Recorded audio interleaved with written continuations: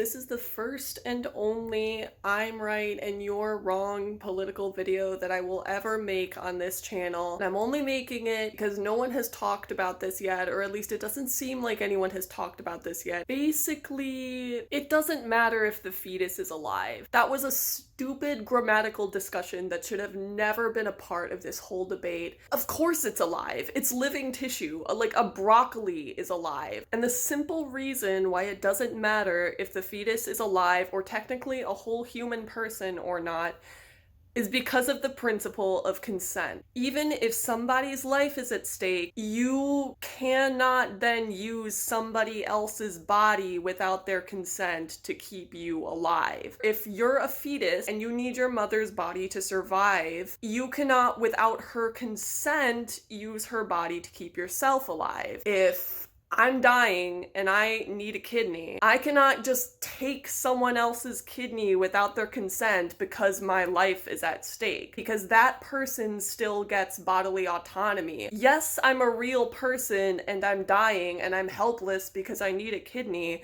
but that doesn't mean that I get to go and cross that boundary. Even if somebody is already dead, you need to have gotten consent from them prior to their death to take their organs to give to somebody who needs those organs and will probably die without them. If we're going to consider a fetus a person, it doesn't make sense that that fetus then no longer needs anybody's consent to use their body. Even if the fetus could literally talk to the mother and be like, please mommy, I really want to be born, it wouldn't matter because you still need consent to gain access to somebody else's body. You don't get to just use other people's bodies because your own is at stake. I also always find it really fascinating that people presume that the fetus actually wants to be born in all cases, because when somebody can't speak for themselves, you don't get to just ascribe a will onto that person.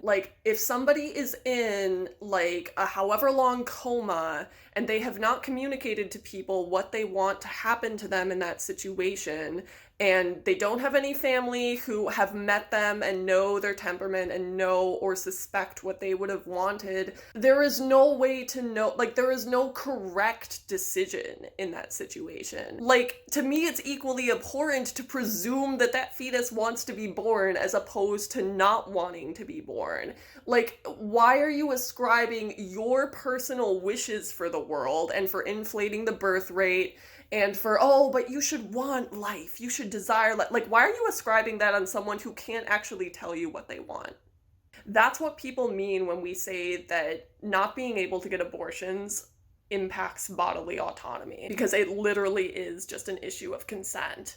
Life, liberty, and the pursuit of happiness does not mean that you are entitled to life at the expense of somebody else's liberty, especially not an extremely basic liberty like the right to choose what happens to your body and who gets access to your body.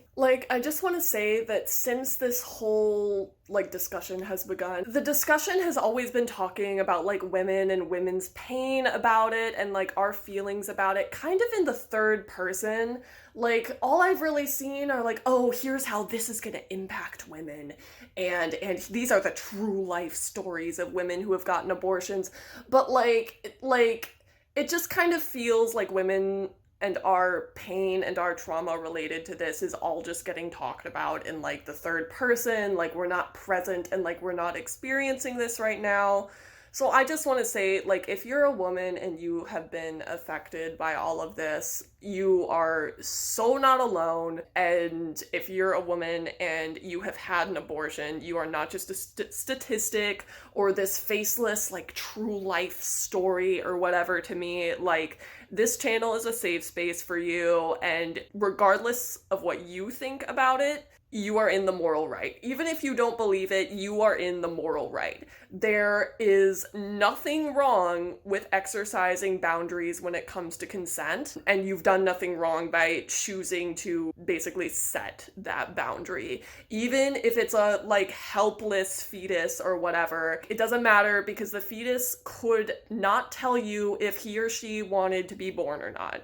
okay? They could never communicate that to you. So there was no way of knowing what they might have wanted had they had time to develop a fully grown brain. You are not in the moral wrong and you are not a bad person. There is literally nothing you can say to convince me that I am wrong, okay? I would not be making this video if I didn't think that I was completely and utterly correct. That's it. Bye.